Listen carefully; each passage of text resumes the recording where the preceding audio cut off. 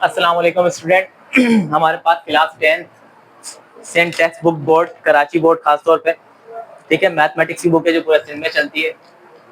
Exercise 17.2 है, ठीक है, उसका क्वेश्चन नंबर 1 करेंगे और पार्ट 1। पहले मैं क्वेश्चन नंबर 1 पढ़ देता हूं, मैंने लिखा नहीं है इधर, लिख के कह रहा है which of the following sets are disjoint, overlapping and exhaustive and cells. कह रहे कौन से सेल डिसजॉइंट है, ओवरलैप है, एग्जॉस्टिव है या सेल्स है, सिर्फ उनको हमने सिर्फ क्या करना है, वेरीफाई करके बताना है। ठीक है, पहले पार्ट 1 मैंने लिख दिया, कह रहे आपको दिया हुआ है 1 2 3 5 7 एंड 2 6 8 9 10। तो पहले देखते हैं ये कौन सा सेट है, ये पार्ट 1 है इसका, ठीक है, लिख दिया, सॉल्व कर लें। कभी भी ऐसा हो, सबसे पहले आप इंटरसेक्शन ले लीजिएगा, इंटरसेक्शन ना है तो यूनियन ले लीजिएगा। फिलहाल इंटरसेक्शन ले लें इसका। तो फिलहाल हम क्या करते हैं, इंटरसेक्शन लेते हैं, इसको ए के बराबर ले लेते हैं और इसको बी के बराबर। तो अब ले लेंगे हम ए इंटरसेक्शन बी।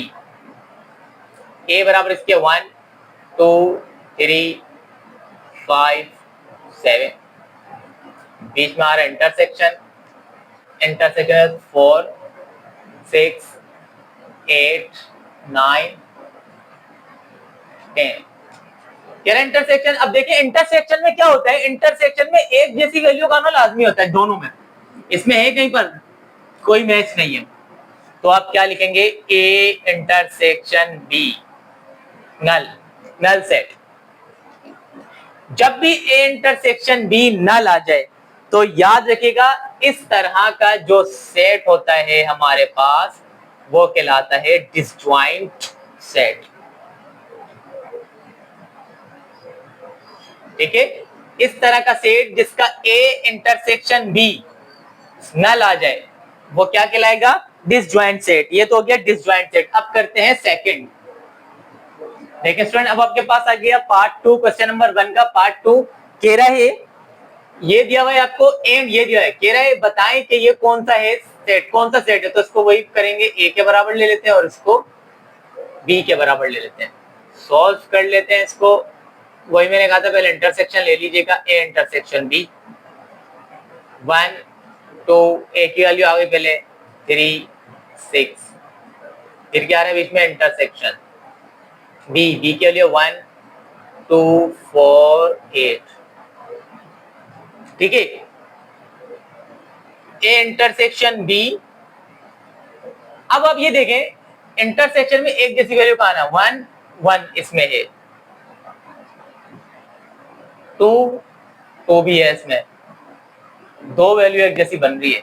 तो इस तरह का जो मैच हो जाए, मतलब ए इंटरसेक्शन बी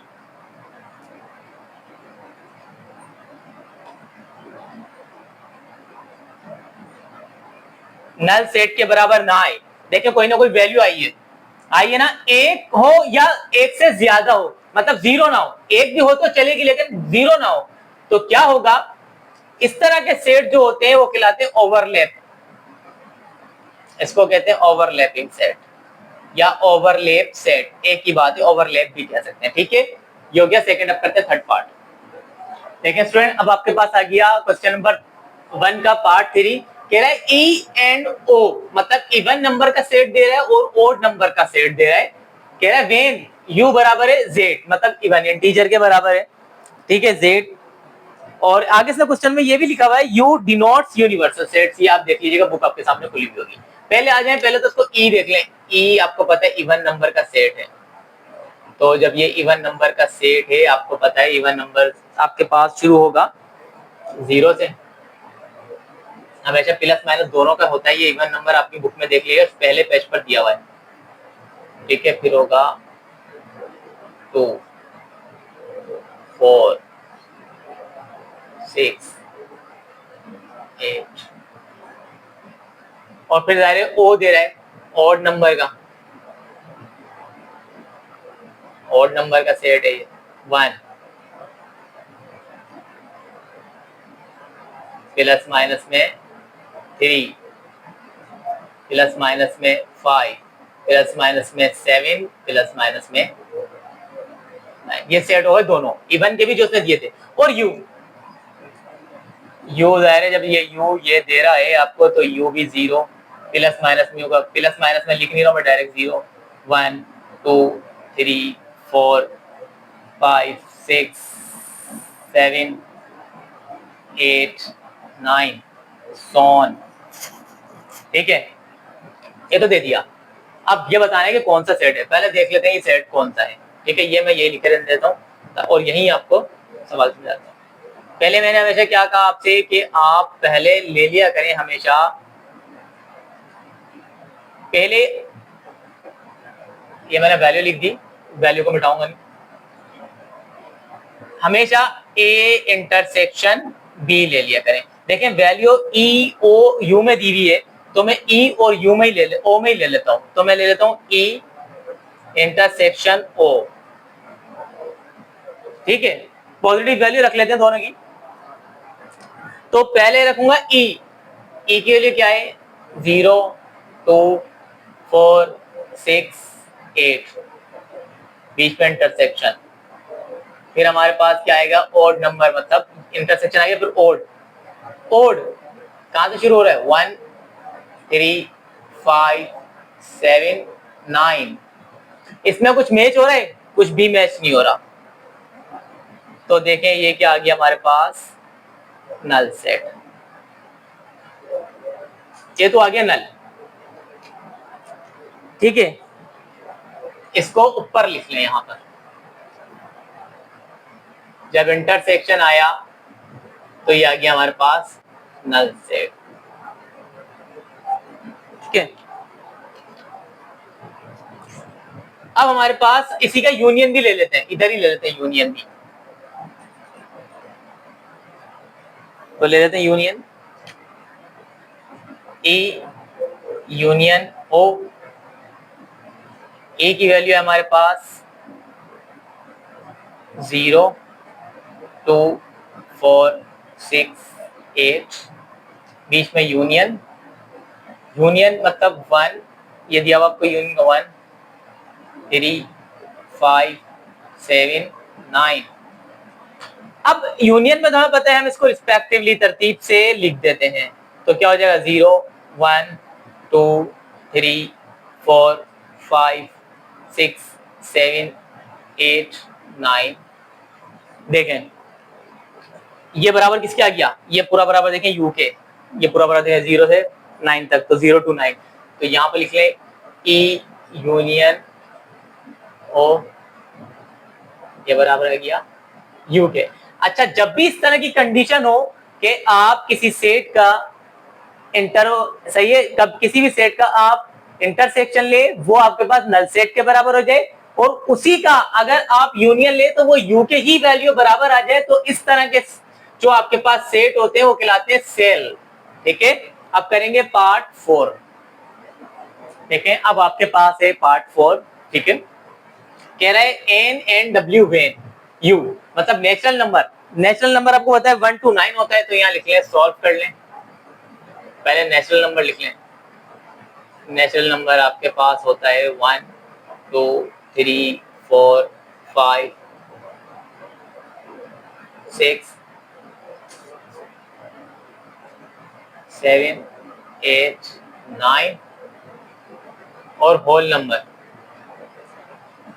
0 से शुरू होते हैं 1 2 3 4 5 6 7 8 9, और ये जाहिर है ये तो इशारा यू की तरफ, पॉजिटिव इंटीजर है, मतलब 0 से वही 9 तक यू को भी ये जाहिर है, इसने क्या कहा कि ये भी वैल्यू 0 से, देखें जेड कह रहे हैं एक्स बड़ा है 0 से, या एक्स 0 के बराबर है, मतलब वही 0 1 सोन, इसी तरह ये भी 9 तक जाएगा। ठीक है, अब याद रखिएगा कब पहले, अब इसके अंदर इंटरसेक्शन को आपको ज्यादा जरूरत है नहीं, क्योंकि इंटरसेक्शन आप लेंगे तो सभी मैच हो जाएंगे। इंटरसेक्शन में तो जाहिर 0 कटा के बाकी तमाम इंटरसेक्शन ही आ जाएगा, मतलब यू ही आ जाएगा, इंटरसेक्शन लेने पर यू ही आ जाएगा अगर ये 0 ना हो तो। ठीक है ना, मतलब ये हो जाएगी कंडीशन अगर आप देख लें तो कि एन इंटरसेक्शन डब्ल्यू आपके पास नेचुरल नंबर का सेट बन जाएगा। ठीक है, ये बन जाएगा सेम अगर इंटरसेक्शन लेते हैं। तो आप इसका यूनियन चेक कर लें। यूनियन देखें, एन यूनियन लेंगे तो देखिए क्या होगा, जब इन दोनों का यूनियन लेंगे तो यूनियन देख लीजिएगा ये यू के बराबर आ जाएगा, और जब इनका यूनियन यू के बराबर आ जाए, ले लीजिएगा क्योंकि तरतीब से लिखा है ना सब, आप भी इसी तरह यूनियन में हम तरतीब से लिखते हैं, तो यू के बराबर ही आ जाएगा, और यू के बराबर आए तो इसको कहते हैं एग्जॉस्टिव सेट। ठीक है, इसको कहते हैं एग्जॉस्टिव सेट। ठीक है, अब आखिरी पार्ट 5 है हमारे पास। देखिए स्टूडेंट, ये क्वेश्चन नंबर 1 का लास्ट पार्ट है हमारे पास। ठीक है, 17.2 के कह रहे हैं क्यू एंड क्यू, ये आपकी बुक में दिया हुआ है, चेक कर लीजिएगा। ये इस क्यू का मतलब रेशनल और इस क्यू का मतलब इर्रेशनल। ठीक है, कह रहा है हमारे पास, ये आपकी बुक में पहले पेज पे दे रखा है क्यू, दोनों क्यू आप अच्छी तरह चेक कर लीजिएगा। एक का मतलब होता है रेशनल और एक का होता है इर्रेशनल, और ये आर बराबर होता है आपके पास real number. Q A Q मतलब कह रहे हैं, अगर हमें याद रखिएगा, रियल नंबर कोई भी दे सकता है ना। ठीक है, रियल नंबर कोई भी होंगे देख, लेकिन अब हमारे पास ये रेशनल नंबर है, एक रेशनल नंबर है और एक इर्रेशनल है, तो जाहिर है और रियल नंबर कुछ भी हो सकता है। तो लिहाजा अगर इसको निकालने के बाद, इसको सॉल्व करने के बाद, मैं आपको बता रहा हूं, इसने कोई भी वैल्यू अज्यूम की हो, इसको सॉल्व करने के बाद मैं आपको पहले भी एक कंडीशन बता चुका हूं, ए इंटरसेक्शन बी बराबर आ जाए आपके पास खाली सेट के, मतलब नल, और ए यूनियन बी आ जाए यू।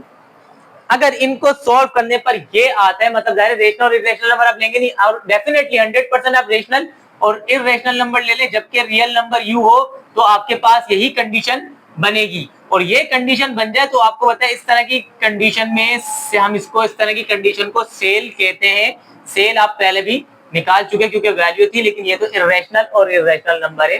ठीक है, लिहाजा आपके पास ये 5 पार्ट पूरे हो गए। 17.2 का क्वेश्चन नंबर 1 के 5 पार्ट्स कंप्लीट हो गए। अब करेंगे question number 2। Okay student, best of luck.